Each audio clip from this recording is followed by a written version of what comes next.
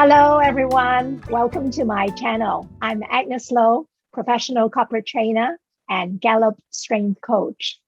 Today, I'm very happy to have invited also my teacher. He is a very experienced coach. He's from Singapore, Gallup executive leadership coach, and also senior workplace consultant. And my special guest speaker is Saurav Atri. Thank you very much, Saurav, to come here today. Thank you, Agnes, for having me, and thank you for being kind and your kind introduction about me.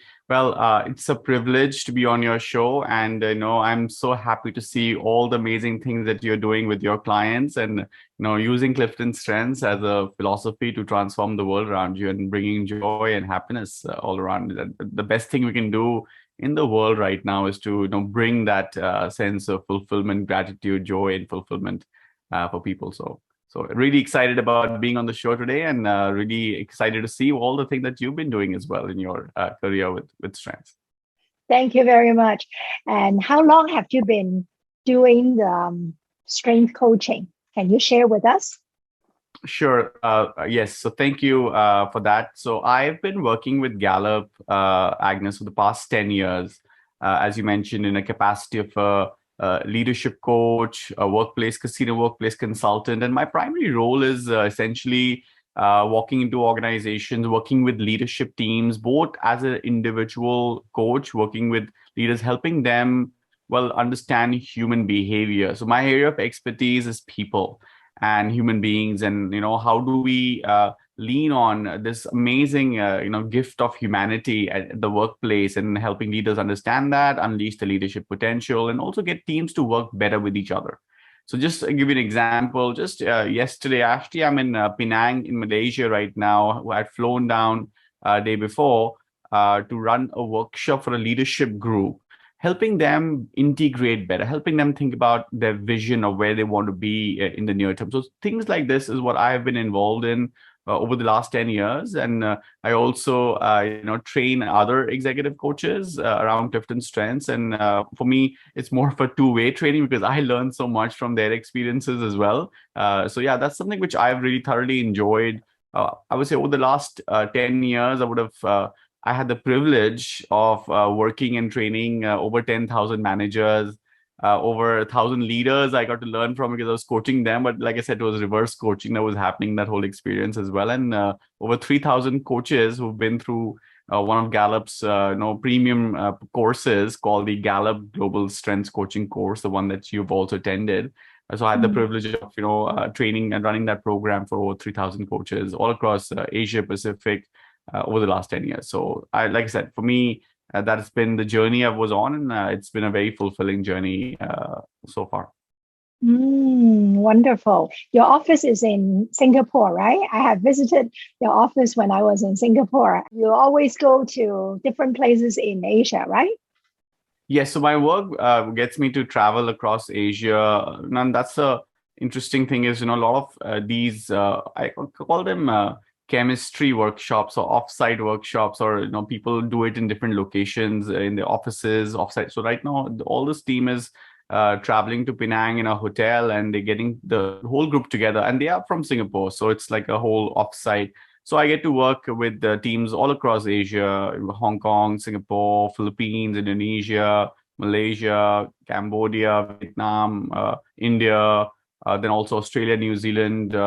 So yeah, pretty much a Middle East as well. So I've pretty much spent a large part of my last 10 years on the road at client locations, having seen the culture from organization inside out. And I currently work with some large global organizations, some tech companies, some insurance companies, and many others, really helping them make a big shift within their cultures, within the organization, within the chemistry of people. So human relationships, the topic that we'll talk about today, is very close to my heart, because I truly believe that when we look at what's right about people, we can truly transform the world in a positive way. And I'll share more later on as well of why do I feel this way, and how can we use this powerful philosophy to truly change the dynamics of human relationship for the good. Yes, I totally understand. If not, I will not be that passionate about doing strength coaching. Today, you have given me a very interesting topic. When I received the topic from you, I say, oh, wonderful. I'm sure a lot of audience love to hear about relationship challenges. Who doesn't have challenges in our life? How to resolve relationship challenges using our strengths. Thank you, Agnes, for introducing the topic as well. So I'll talk a couple of interesting insights, but I'm a huge believer for all those who are listening in as well. Don't just see this as a talk. Think of this as an experience. And here's why I want to make this an experience for all of us. For two reasons. I say there's a big difference between knowing something and believing something. And Agnes, if you play along also, if I may ask you, if you think about, and here's a difference I want to share. What is the difference between knowing and believing? If I ask you, Agnes, do you know you have two hands, or do you believe you have two hands? What would you say? Do you know? I will say, I know I have two hands. And that's it, right? And this is again a question for all the listeners listening in, right? You know you have two hands because you experience the hands through all your senses. You can touch, taste, feel. So when your senses experience something, that becomes part of our knowing. But if I ask you, do you know there are winds on Mars, or do you believe there are winds on Mars? What would you say to that? I will believe. I do not know. I cannot say 100% I know. Correct. And that's why I say, right, we believe in other people's experiences, other people's research, data, facts. So I say there's two sides, right? So I say the best way to experience life is to know it for yourself versus believing in what somebody else has to say. Yes, I'll share some, interesting insights and, discoveries. But like I said, the best way to understand them is to ask yourself these questions, go on a journey with me, and hopefully that will create some knowing and experiences and insights for you that could really help you see the world differently. And there's a really powerful saying that when you change the way you see the world around you changes as well. So my goal is to help people see the world differently, and through that, maybe your life could be a little bit better, a little bit more happier, because this is about transformation, right? And at Gallup, you're a huge believer that transformation does not happen through a presentation. It happens through a conversation. I like it. Share with us the experience. I'm ready to hear the experience. All right, so let's jump into the experience. So I say, when you think about the fundamental topic we're talking about today is, how do you resolve relationship issues using Clifton Strengths? And that requires to fundamentally ask a couple of interesting questions. Relationship, what is that? Why do issues happen? What creates happiness? So if we can tackle these three areas individually, that could really help us dig deeper into where those issues would come from and how do we resolve them, and how can a behavioral assessment like Clifton Strengths could help you, create more, I would say, attention, and more importantly, resolution into those challenges that you may be facing on a day-to-day basis as well there. So let's start with first a relationship, right? So if I may ask, right? So if I say have two people who come into a room, can I call it a relationship if they don't even know each other yet? Agnes, what would you say? Let's involve you into this. I will not say they are related because they don't know each other.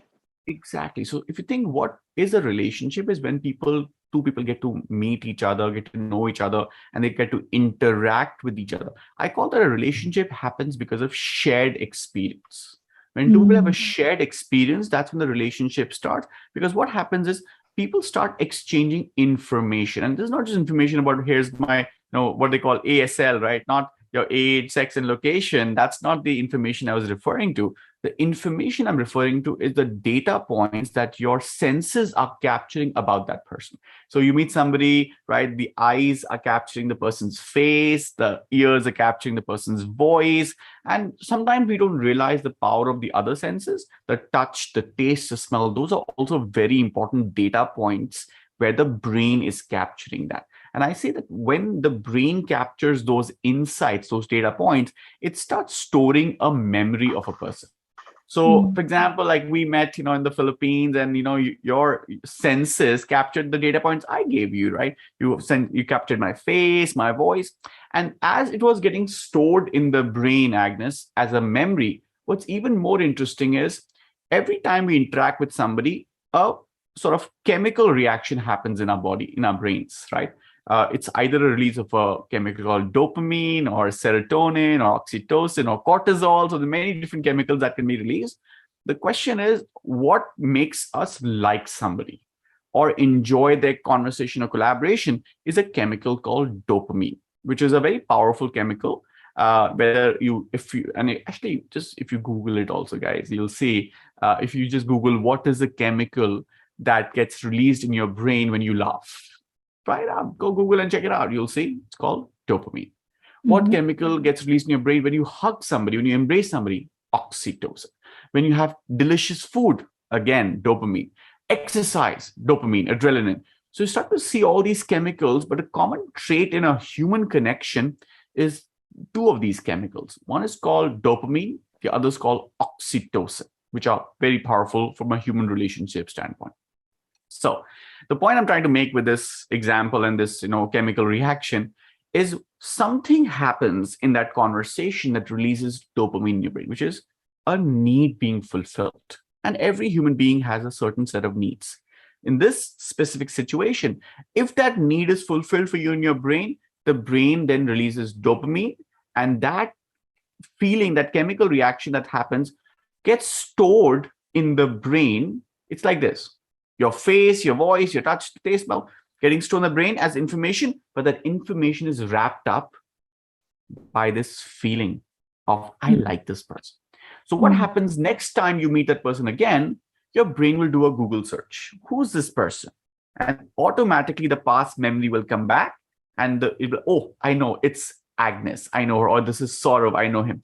And automatically, not only that information will come to your brain, which is the person's name and other information, but also how that person made you feel last time also comes out.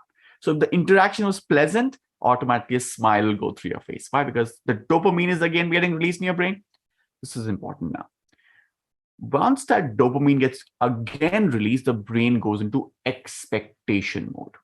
Why expectation? Because last time, if I gave you good insights and some of your needs were being fulfilled, you're now expecting the same again. And if I again give you the same sort of interactions, the same pleasantries, the same knowledge, insights, the brain goes, I like this person, because again the dopamine gets reinforced. That's reinforced behavior. That is the foundation of a human connection, a human relationship. And the human relationship could be categorized into many different, names, whether it's, a friendship or, mentorship, or, even a relation, like, a wife, husband, spouses, love. Those are all different forms of relationship. But fundamentally, I say what creates that relationship is when your brain's expectations are fulfilled. And if you do it consistently a few times, then the brain also releases this chemical called oxytocin, which is a chemical of trust. So what is trust? Trust is expectations fulfilled. That's what happens. And if somebody exceeds your expectation, I call that respect. So what is respect? Expectations exceeded. So if in a two people relationship, both these people are able to feed each other's needs, feed each other's expectations, trust starts building. And when people start exceeding each other's expectations, respect starts forging. And that's the foundation I want to ground us on in terms of thinking about human relationships. How do we enhance this trust and respect? Because any relationship that is grounded in trust and respect has solid foundations to build on. And that could handle any difficult situation. Resilience comes in when that bonding is very strong at the ground level there. Now, the next important question, the challenge with expectations. Let's take a social experiment here, Agnes, and for all of you who are listening in. Say, for example, you go to a nice 5-star hotel. You walk in, there's a box of chocolates, a bottle of champagne, and a spa voucher. How would you feel walking into the hotel, Agnes, when you see all those fancy things? Wow. Really feel I'm a VIP. Very good. This is where it's important to understand, why do we feel that way? Why do we feel so, delighted? Here's why. Because when you walked in, you had expectations, isn't it? your brain was expecting certain things from a hotel based on your past experiences. Now the hotel gave you A+. So when people and life around you exceed your expectations, we feel delighted, isn't it? But tell me now, the second time you go to the same hotel, this time also you see a box of chocolates, a bottle of champagne, a 𝒑𝒏𝒔𝒄. How do you feel the second time around? It's already expected. Last time I saw it, oh, well, it's okay. They should treat me like that. Something like that. Now we all feel a sense of entitlement. But hey, come on, they gave it last time. Now I deserve this. So what happened now? The first time you had A expectation, the hotel gave you A+, but this time your expectation got raised. So if a hotel or anything in your life, people and life around you meet your expectations, we feel good, but not great. Why? Because it was already expected. Yes? Yes. Okay. The third time you go into the hotel and this time there is no box of chocolates, no bottle of disappointed, very disappointed. Exactly. So what happened now is your expectation stayed here, but the hotel delivered standard operating procedures. And that's a challenge with human expectations. If people and life around you don't meet your expectations, we feel disappointed, isn't it? Think about this fundamentally, right? The challenge with human expectations, it's a moving marker in life. What was good enough yesterday is not good enough anymore. And that's what makes this whole human relationship process a very dynamic process, a constantly moving process. The marker constantly keeps moving. So it's important for us to stay present and become aware of these moving markers in human expectation. But that requires us to fundamentally now go into, where do these expectations come from? Because if we don't even know what are we trying to meet, then we're just trying to shoot in the dark. And that would not be a conscious way of living life. Then we're trying to say, oh, but I did this, and you should be happy about doing this. Well, you're doing this because it makes you feel good, but doesn't mean that makes the other person feel good, right? It's about understanding that person's expectations also, isn't it? And that is where the foundation of human relationship, at least in my experience and my perspective, lies, is knowing people's expectations. Like I said, right?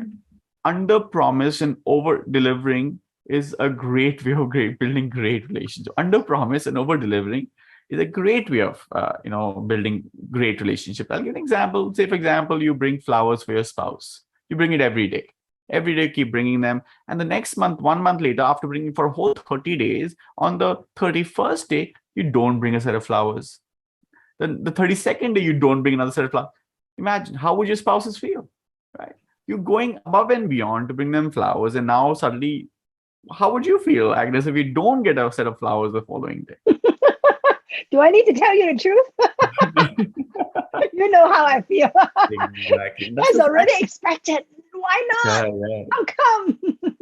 So the question now becomes is, when something is already expected, then it is not, it doesn't create a big sense of, wow, or a dopamine release, because it's already part and parcel of the expectation. That's why when you get surprises and you get special gifts, you feel great. And especially if it's what exactly meets your need, even you even feel better. Why?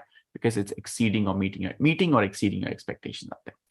So now let's dive into the world of Clifton Strengths and understanding where do human expectations come from, and why I love this science, this positive psychology created by this wonderful gentleman called Dr. Don O. Clifton. He's truly a revolutionary thinker, and he's transformed the world in a very profound way. And now, I'm so proud to be associated with this thought process, because I truly believe this is a solution to solving a lot of challenges that is happening in the world, because most challenges in the world happen because of human relationship issues. Even if I think about it at a larger scale also, right, when countries are fighting with each other, it's because of human relationship issues. Tell me if the country leaders are really strong friends, would they try to go and kill each other when they're friends? It may not happen if the expectations are managed well. Go on a journey with me, because I truly believe that the human brain is like an oyster. You put a grain of sand in an oyster, Agnes, what happens? The pearl. Yes. So I said, but before the pearl comes out, there's a lot of agitation that happens in an oyster. And because that agitation, that oyster that releases serum that covers that grain of sand, that over time becomes a pearl. The brain is like that. You go on with life with status quo, nothing would change. It's like, just going on the journey without any conscious or any epiphanies. But the moment you agitate the brain, it starts questioning things and starts asking for answers, and it starts searching. And when that search starts off, it creates new thinking, new insights, new discovery. I call these aha moments. Mhm. Whether you watch a podcast, you attend a training, you read a book, it's practically those 2 or 3 big aha moments that changes the way you fundamentally live your life. And that could be a path to success. And that's, for me, in my mind, is transformation. Transformation is when you start looking at the world differently, start behaving differently because of that new way of looking at the world. So if you guys are open, I would love to challenge your thinking a little bit. So then hopefully it might generate an insight. Hopefully it might help you see the world differently, isn't it? So let's explore this very quickly around what I'm referring to as we have all been brainwashed right from childhood to think in a particular way. Like I said, difficult conversation coming ahead, right? So here's how I see it. I believe human beings are like what you see on the screen, Agnes. A star. Star. Human beings are like stars. We have our areas of peaks. I call them our areas of natural talents and strengths. And then we also have our areas of troughs, what I call them non-talents or weaknesses. Now, tell me, Agnes, when you were growing up, or your siblings or kids, if somebody gets an A in English and C in mathematics, where do we spend all our time, effort, and energy?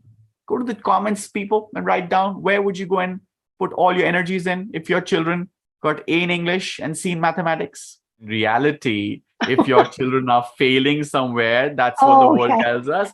Maintain the A's and put extra tuitions, extra classes, put all the hard that's work. True. That's true. Yes. Trying to fix the C's, isn't it? Why? Because we want to make people become better in the areas of weaknesses. Yeah, you got doing this well, keep that, maintain that, but let's fix your weaknesses. Even at work, your team members are performing well in certain area and they're not doing well in other areas. What do we do? Okay, good job on the thing you're doing. Let's go send you for a training program to fix on things that you're not doing so well, isn't it? Why? Because we're trying to make people to become well-rounded, good in a lot of areas. But I say, just imagine what would happen if you focus on the A's, things we do really well, like you mentioned, Agnes, things that comes naturally to us, our areas of natural talents and strengths.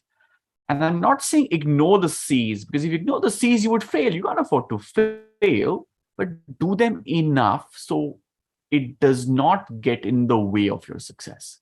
If you focus on the A's while managing the C's, it gives you the opportunity to become, Agnes, what do you see here? A bigger star. A superstar, a rock star, a bigger star. I say, think about the world's most successful people. That's exactly what they've done. They've identified what they're good at a very young age, and they've invested 10,000 hours of effort in growing in the areas they are naturally good at. And when I say 10,000 hours of effort, that is just subconscious effort. When you put conscious effort and attention to anything, it will grow, isn't it? So I say, imagine a world where you start focusing on what you do well, your areas of natural talent and strength, that gives you the opportunity to become world-class at those, isn't it? Well, let's take the example of Celine Dion, the diva, the singer. What if a coach would have said, oh, you're good in the vocals, your peaks, let's forget about that. Let's practice the troughs, things you don't do well. Let's get you to play the drums, the saxophone. We'll make you do ballet. We'll make you a well-rounded musician. Could she had become a great singer if she had not practiced all those hundreds and thousands of hours in the areas of her vocals?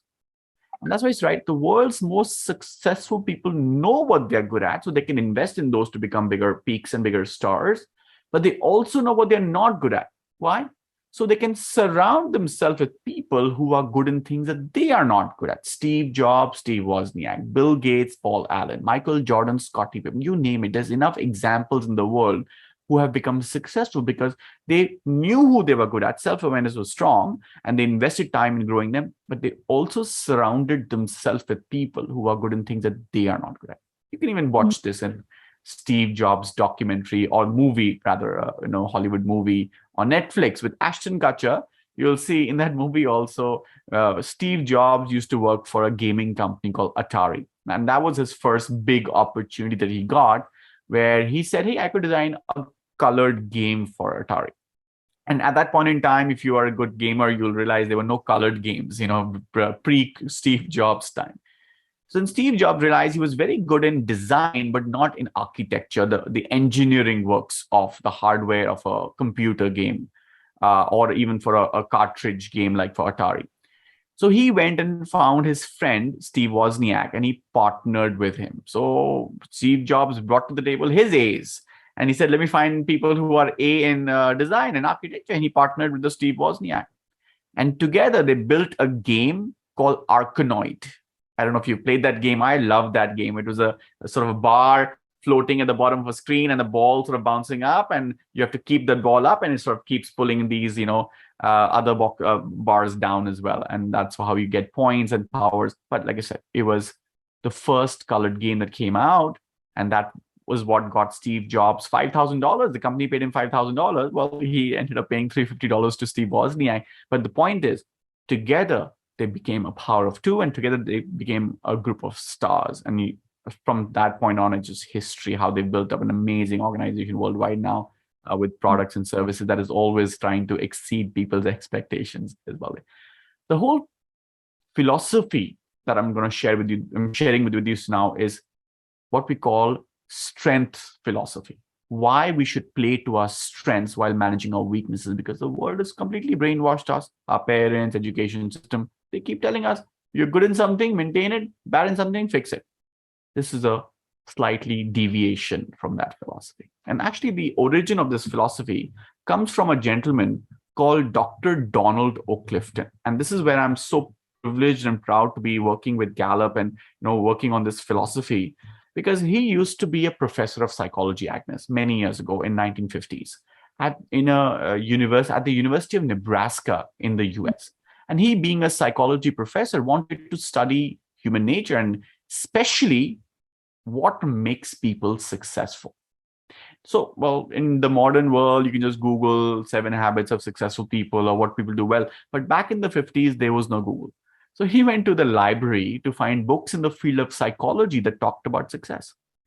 Interestingly, at that time, there was hardly anything in the field of psychology that talked about what makes people successful.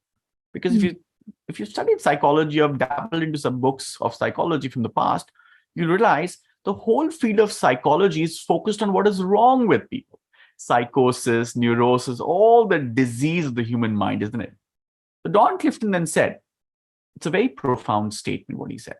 He said back in the 50s, and that's wisdom for me. What would happen if we focus on what is right with people rather than fixating on what is wrong with them? Mm-hmm. Imagine the impact of that statement even now. When you go back home today, instead of trying to see what's wrong with your spouse, what's wrong with your child, what's wrong with your parents, your friends, your bosses, your team members, you start looking at what is right about them. What would a world look like then? Whatever you pay attention to grows. You pay attention to the negative in people, you'll start to see even more of them.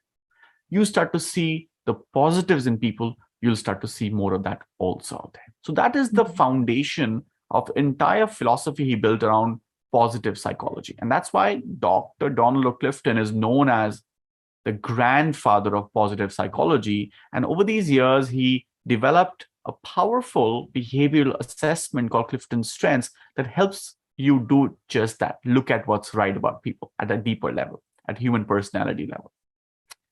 So the question becomes, how did he do it? So when in the 50s, he wanted to study human beings. So I said, let me go and investigate, because I couldn't find much research in this area. So like what we would do, we would try to ask a few people around, hey, how do you achieve success? And we interview successful leaders. And so he did just that.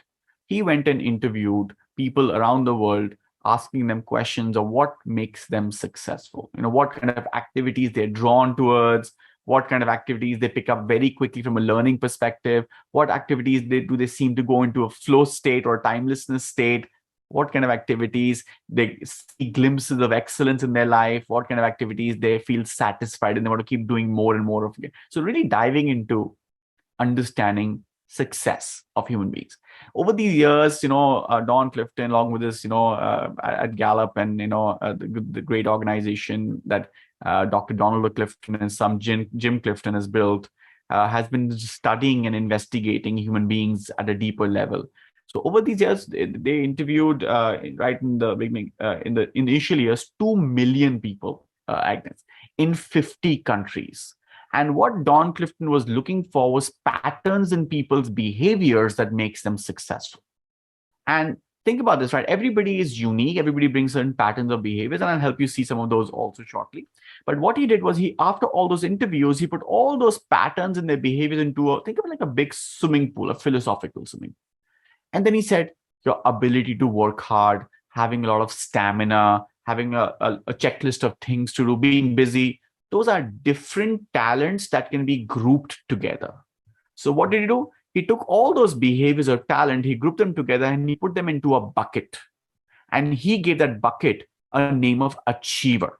So if any of you have taken the Clifton Strengths assessment, you'll see you have this report that gives you a set of words that tells you, what those patterns of behavior are. So I'll show you on the screen, for example, now. This is what those words, or I call these themes or buckets or categories of talent. So when you put those talents from that pool and you put them into a bucket, he gave these buckets these names: analytical, context, futuristic, ideation, achiever, arranger, and so on and so forth. And then he created a sort of a questionnaire, just a 177 question questionnaire. Initially, we used to take it, asking people one by one on a piece of paper. And then with technology, we were able to make it virtual. So if you go and take this assessment, you'll see within 35 minutes of answering some question, it generates a report. That report gives you deep insights into how somebody thinks, how somebody feels, how somebody behaves, what are their expectations, what are their needs, where the frustration could come from. And I say, when two people interact, Agnes, it's not the whole personality is in conflict with each other. That's not how it happens. It's only certain parts of the personalities which has different expectations. When they don't align well, that's what causes relationship issues out there. Yes? I'll give you an example to help you make sense of this. And I'll help you elaborate for those who've not taken this assessment before, to elaborate what does that mean. So let's take an example for all of us to learn together. And this is a question for all of you to experience it, hear it from your own thoughts.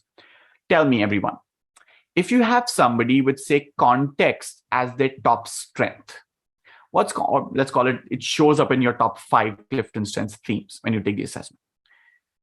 Whose context? Somebody who is very talented in enjoying thinking about the past. They understand the present by researching its history. What do they bring to a team?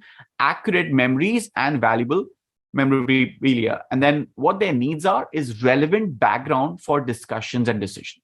So tell me, if you have someone with context as a top Clifton Strengths theme in the top 5, what can you offer that person in a meeting for that person to be at their best? Agnes, what would you say? Offer some past information, because that person really have the urge and need to get some past information as a background, and then they can determine certain things in the present. That's it. You give that information to the person of the past. What's going to happen in their brain? It will release a dopamine. Oh, yeah, right. Yeah, that person is happy. Exactly. Why are they happy? Because their need is fulfilled. Yes. So you feed that person's need, dopamine gets released. And because you're the one who's feeding that need, all your data points that you're giving them, your face, your eyes, are being stored in their brain as memory. And that is being wrapped up by that feeling of happiness and joy, of dopamine. And they associate that feeling to you. The next time you meet the person again with high context, you again give them background information. Or if you feed more information in that area, it again feeds that need of context. It makes them feel great. Yes, because now you're somebody who they feel, I enjoy having a conversation with. Because if you're high context, you love the history, you love the background, you love museums, you want to talk about what happened in the past. So you indulge in those conversations. Now tell me, you have another person who has no context, but they have high futuristic instead. What is futuristic? Here's futuristic. Tell me, what would you offer a person with high futuristic, like me here, for that person to be at their best in a meeting? Agnes?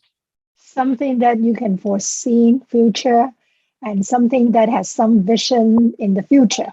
Yeah, not about the past. Exactly. That's it. That's all that person wants is just information about the future. I love thinking about the future. I love going to, sort of these really futuristic conferences, and I love technology and artificial intelligence, machine learning. Those things really excite me. Why? Because I have this need, where I need opportunities to talk about the foreseen future. Fulfill that need for me, I feel great. But if you have someone with high futuristic and you're somebody with high context and you start telling them all the past information, here's what happened in the past, what's going to happen, I get bored very quickly. I don't want to deal with that. It's not my need. That's not matching the needs. Yeah. Exactly. So what happens, and I'll share more also, one more perspective on this one. Say you have a third person who has no context, no futuristic, but they have high adaptability instead. Yes. Who are adaptability? Somebody who's here and now, people who like to go with the flow. What do they need? They need present pressures that demand immediate response. You start telling a person with high adaptability, here's what's going to happen 2 years from now, 5 years from now. Like, crazy. We're living in a COVID world. Who's seen 2 years from now? All I care about is the here and now. Just tell me what I'm supposed to do today. Forget about 2 weeks from now, 4 weeks from now, a month from now, because you will make me feel suffocated if you box me in those plans, because I will keep feeling pressured of what's going to happen 2 months now. And I don't want that. I want to go with the flow. I want to be in the moment.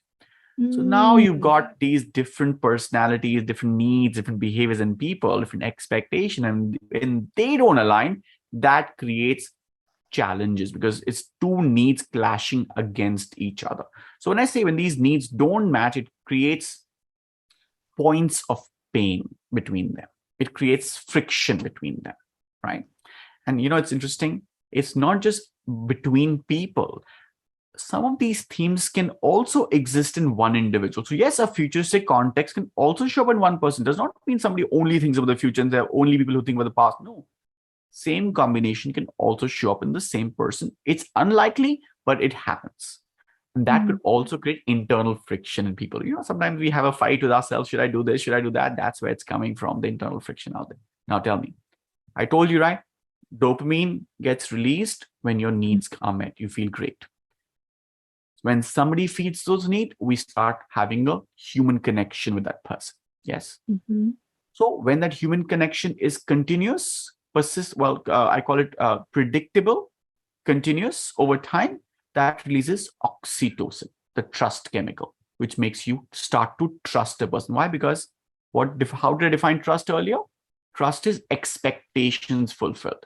So if I'm somebody who's highly adaptable and I want to talk about the now, and somebody feeds that expectation for me or fulfills that, I start trusting that person. Yes. So tell me, if your boss, your manager is high analytical, what do you offer that person to be able to build a trusting relationship with that person? Tell me, what would you offer? I need to have the time to think. Yeah. And you need to give them data, facts, reasons, and causes and logic. You feed that information for them. You've just fulfilled their need. Now start build trusting with that person out there. Yes. But your manager does not have analytical, right? And you have analytical. So you typically deal with data, facts, and logic all day long. That's your natural instinct.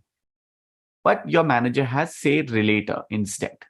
So how would you now build a relationship with your manager? What would you do differently when you realize they don't have analytical, they have high relator? How would you deal with them now? What could you offer to build that trust? With the manager has relator, I think I need to be more patient to talk with that person and also have the relationship building, and because that person need a one-on-one to build deeper understanding of each other. Absolutely. Forget about data, facts, and logic. Let's just go grab a cup of coffee together. Let's get to know each other better. I'll tell you about my family, you tell me about your family. And when that exchange happens, automatically the dopamine happens. And why it happens? Think about this. When two relators meet each other, like I said, if I put two people into a room, how it works is they start by exchanging what I call junk jewelry, Agnes. What is junk jewelry? Well, I call them, small talk, information about COVID, politics, sports, right? I give that information to you, right? You, and you share information with me. It would not make a big, deep connection because it's small talk. It's nothing personal, right? I'm not sharing anything personal with you. Once people go beyond that stage of acquaintanceship, small talk, they go into a more deeper conversation. I call that exchange of silver jewelry. What is silver jewelry? Information about themselves that is available in the public domain. My family, my friends, where do I work, what do I do on the weekend? Because you can still Google, Facebook, LinkedIn, you'll still find that information about me. But I'm starting to share that information with you. That means I'm starting to build that trust in you, or you are generating the trust in me that whatever information I'll give it to you, you'll keep it safe, right? That's how we trust each other, right? That oxytocin gets released. Okay, that's good. Real trust happens, Agnes, when people start sharing their gold jewelry with you. What is gold jewelry? Information about themselves that is not available in the public domain. My feelings, my thoughts, my vulnerabilities, because you only share that with somebody who you believe will keep it safe and you trust in that person, isn't it? And when you're doing that, because you're going into your brain and you're reflecting on your memories, ideas, thoughts, automatically those memories, ideas, and thoughts are releasing dopamine for you. And because this person is there who, through that conversation of listening, he's or she's generating for you, that's when you start feeling good towards that person also. But it's actually what you made yourself feel, and that is also being associated with that experience you're living in right now. But what that person did, and this is very important, is that person gave you a listening ear. Relators give each other very strong listening ears, and that's where and relatability, right? Oh, I did this also. There's this common exchange of information happening. That's when real trust is happening between them. So like I said, if you have a manager who's data, forget about data facts. You start building that connection of sharing life experiences with each other, find common ground and relatable, and that's how you do it also to realize. But once you've built it, then and they don't have analytical, you give them data facts, they'll scan through it. Yeah, it's important, but they trust you already. They believe what you will send them in that. You have high strategic, high positivity, competition, responsibility, and futuristic. So highlight something that how do you work, which is different from you with your wife. So I'll give you an example. So when I saw my strengths, it's interesting. I'll quickly share here as well.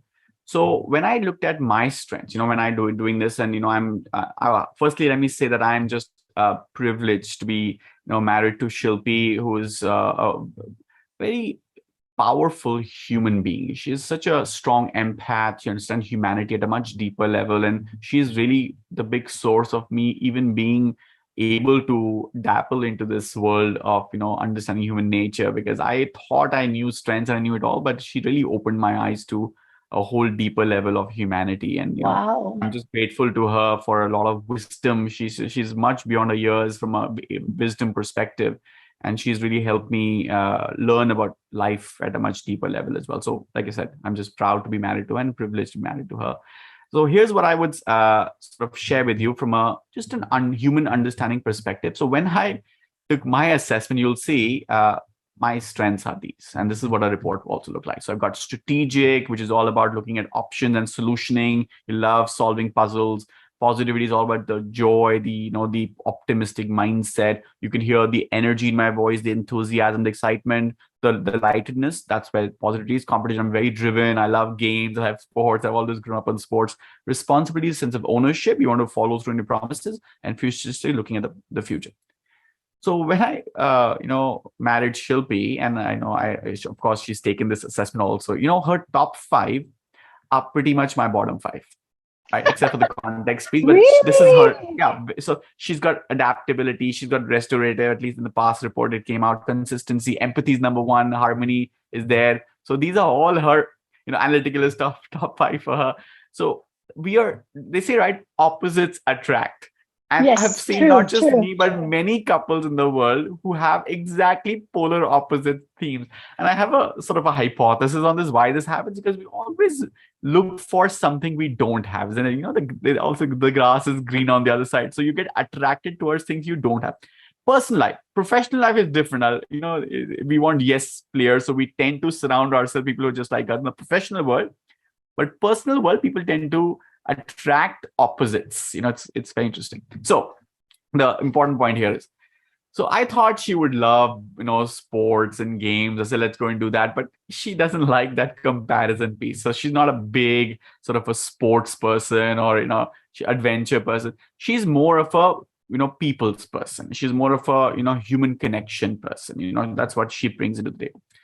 So I was thinking that, let me, do these things. We'll go for a holiday. We'll cover 10, 15 places. We'll do checklist of, we'll check things off the list because I have a high achiever, And let me ask you, if you're somebody who likes to be busy and productive and have a checklist of things to do, that's the behavior trait of an achiever. Typically, you'll catch that behavior in yourself also. So question for all of you. If you're an achiever, love to be busy and productive, have a checklist of things to do, have a lot of stamina, tell me, when was the last time in your life you guys were not busy?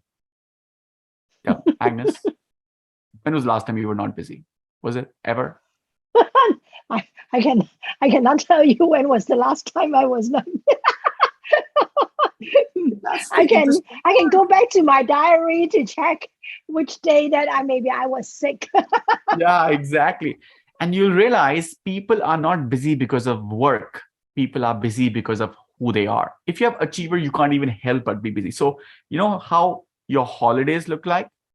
It's so busy. You cover 10 things in 2 days and you need a holiday after a holiday to recover from that holiday, isn't it? Because you're so busy. That's right. People are busy because of who they are. Even if you have nothing to do on the weekend, you'll go home and you'll create work. I'll do this, I'll do that. You fill up your time with work. That's me and you as well. So I feel you there, right? I've got achiever high. My wife is achiever low. So her idea of a holiday, if you think deeply about it, it makes sense. Her idea of holidays, we'll go to one place for 5-6 days and we'll just relax there. You're on a holiday. Put your work aside. Forget running around aside. Just relax, enjoy nature, enjoy the beach, enjoy the mountains, enjoy the massages. Why would you run around? And I was like, but there's so many things to see. Why shouldn't we see that?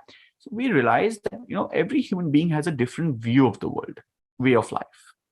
And when that way of life is not matching, it creates conflict. But if once you start understanding that way of life, it really creates togetherness and, wow, so, maybe there's a different way of looking at life. So the key is to really embrace the difference and understand each other's uniqueness. How can you solve the conflict? For example, I totally can relate to you. I also have a partner that if going for a holiday, it's really relaxed. Why do you need to really check where to go, where to do, what to meet, who to meet? It's different. So in case the expectation doesn't meet, maybe I feel very agitated and then we can have a bit of the difference, not really fights, but can have some challenge. How can you resolve it? Tell us some tricks and tips. Well, fundamentally, if you can understand the next statement, that will be a foundation of understanding humanity, understanding people, and resolving issues. And I say we've all been brainwashed by the golden rule, which says, how should we treat people? Agnes, how should we treat people? Your perspective. I treat others like how I like to be treated. Right. So you absolutely are correct. You're spot on. We've always been told, treat people the way you want to be treated. Yes. So yes, this is how I thought. Yeah. What do we do? If I am somebody who is high responsibility, I tend to do the same to other people also. I expect them to also be on time. If I'm somebody who likes unique gifts, if you're high individualization, you'll see you spend a lot of time thinking about what gifts other people like. And you go all out to sort of give them those gifts. But the problem is we also expect the same back. So I say, imagine a world where you stop treating people the way you want to be treated and start treating people, as Agnes said, the way they would want to be treated, isn't it? So if you have somebody who's got high restorative, which is my number 34, and you'll see what does restorative need is they need problems that must be solved. Yes. And I have high strategic, which needs, solution orientation, imagination, persistence, but they are very good in solving the problem. So what happens is if my wife is high restorative, she'll come to me with a problem and I would go into solutioning mode. We should do this, we should do that. But sometimes your spouses don't want a solution. They just want you to listen to them, hear them out. They can find their own solution, but they want somebody who can understand why it went wrong, what went wrong, and make sure we don't make the same mistakes. Because, well, that's what restorative is. They want to solve the problem from deep-rooted issues, not put a band-aid and move on like a strategic would. And this is where that perspective shifts for all of us, because the power of our brain is so deep, because you'll see it here. Say, for example, I will put up this statement for you on the screen. Tell me, what all do you see on the screen here? So let me reshare my screen here. So Agnes, what do you see on the screen here? And all of you, what do you see on the screen? Go in the comments and write down what you see on the screen here. So I need to guess. Jumping to conclusions. Yeah. So easy, right? Your brain is so powerful. I gave you one half the information. You were all able to fill in the gaps. Raise your hand if you were able to come to the same understanding that the words that you see are jumping to conclusions. Yeah. Is that you? Yeah. I say, think about how powerful your brain is. You can easily fill in the gaps because the brain is wired to find patterns in information. But this is also what gets you into trouble, because you could be wrong here, isn't it?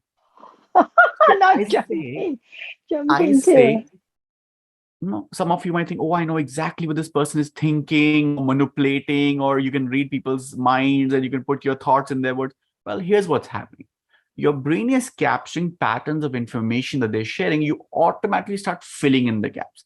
The problem happens when that information is not enough. We all jump to conclusions, isn't it?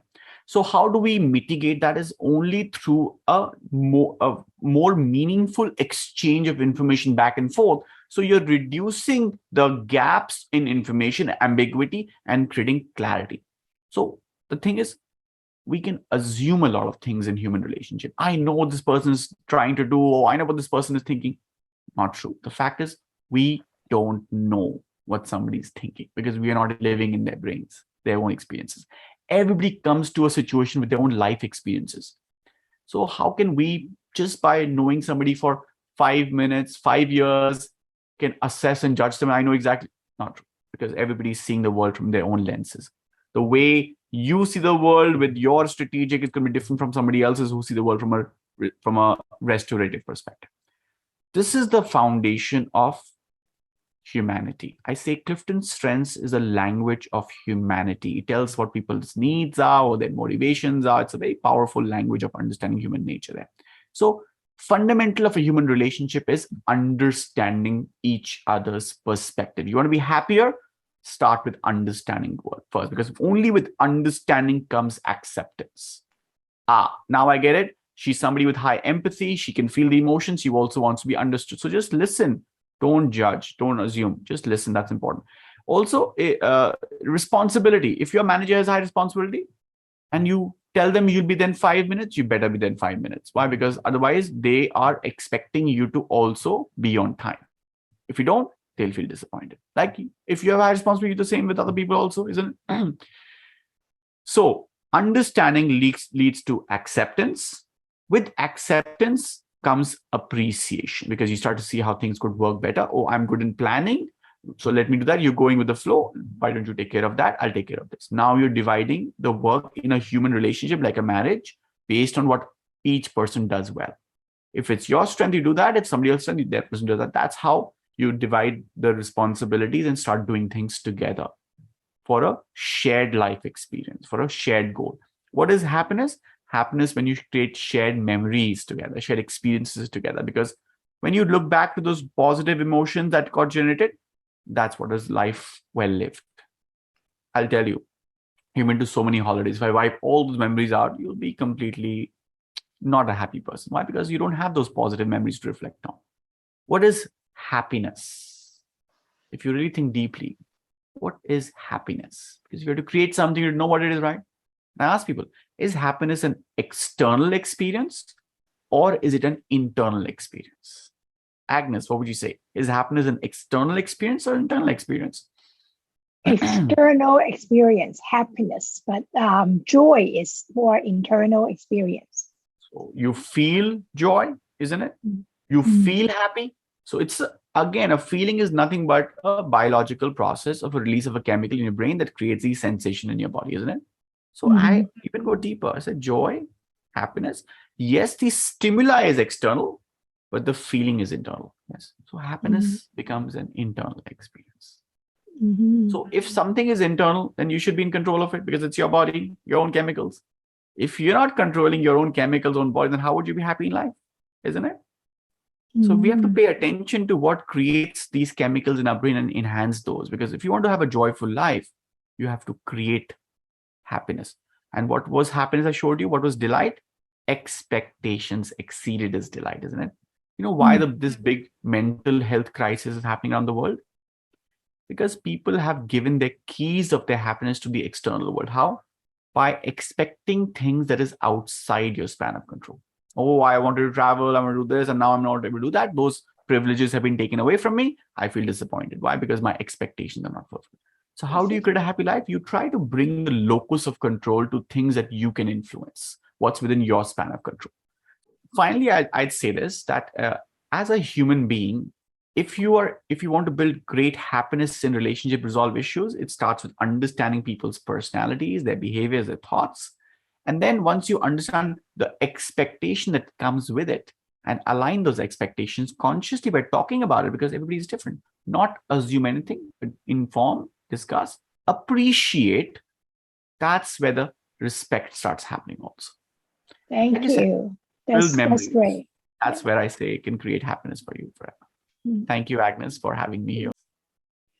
Wow, we have learned so much from you. I mean, it's such a great privilege to have a lesson and a sharing, very deep. And I always love how you use different analogy, metaphor to.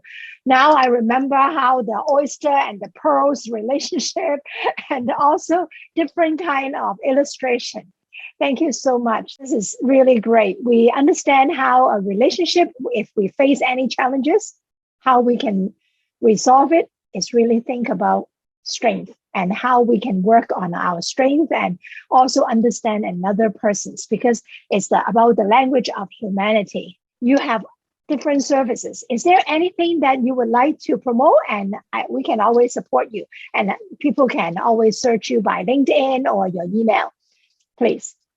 I say, if all of you think about how much time you spend with human beings today versus, with processes and systems, if majority of your work today is people, then you're no longer in the insurance industry or the tech industry, you're in the people's industry. And you spent enough years building your expertise in process. But if today your primary job is people, then shouldn't you build your expertise in human nature? So at Gallup, that's what what we are also sharing with the world is the ability to create great workplaces by understanding your people through engagement surveys, through Clifton Strengths assessment, through coaching, through team interventions, through learning and development, and culture change. There's so many amazing things, we do at Gallup as well. So if you're interested, reach out to us. And, if you want to become an expert in this language, become Agnes has been through a Gallup. So she's become a Gallup certified strengths coach. If you want to become a master in this, reach out to us. We'll be happy to take you through a 4-day journey called the Gallup Global Strengths Coaching Course. That'll really help you, understand humanity, but more importantly, transform other people's lives with this as well. Because when you're 70 years old, nobody would remember what targets you've hit, isn't it? But people will remember how you've changed their life. So why don't we create a meaningful legacy? Very true, very powerful for what you have said. Thank you. And last but not least, my channel is about power of gratitude. So is there anyone you'd like to show your gratefulness, your gratitude? Definitely my wife, 𝒉𝒂𝒕𝒊𝒐𝒏𝒔𝒉𝒂𝒂𝒕 Agnes. She has opened my eyes to seeing the world from a lens of empathy, from a lens of compassion, from a lens of humanity, from connectedness, which I was so blind to earlier. When you don't, it's like this, when you don't know something, you feel so, I know the whole world. But when your mind opens up to new knowledge, like, my God, I don't know anything at all. So you become even more curious. So she's been my guru, my, the wise, a person around in my life. So I'm grateful to her and thank you so much. I'm sure this video, this sharing has empowered a lot of different kind of relationship, no matter it's husband and wife, girlfriend, boyfriend, or even parents and the kids, to see the difference. And I will apply. I mean, I have already applied and I already see how the difference attract each other. I can share with you that my husband is very different from me. So now I know how we can resolve any kind of challenges, not exactly fights, but challenges. Sometimes if we don't understand, if we don't really look at each other's differences and then embrace the language of humanity, sometimes there will be growing bigger and bigger conflicts. So thank you so much for today's sharing. So I wish you all the best and in empowering and also bring this language around the globe to empower people, to transform people. I wish you all the best. Yeah, and also keep healthy and also enjoy all your classes and workshops with different kind of organization and people. So if you like this video, make sure you give me a thumbs up and also subscribe and turn on the notification bell. If you'd like to leave any comment to our video to Saurav, feel free to leave it in the video. Thank you very much for coming, Saurav, and see you next time. Bye-bye. Take care. Bye-bye.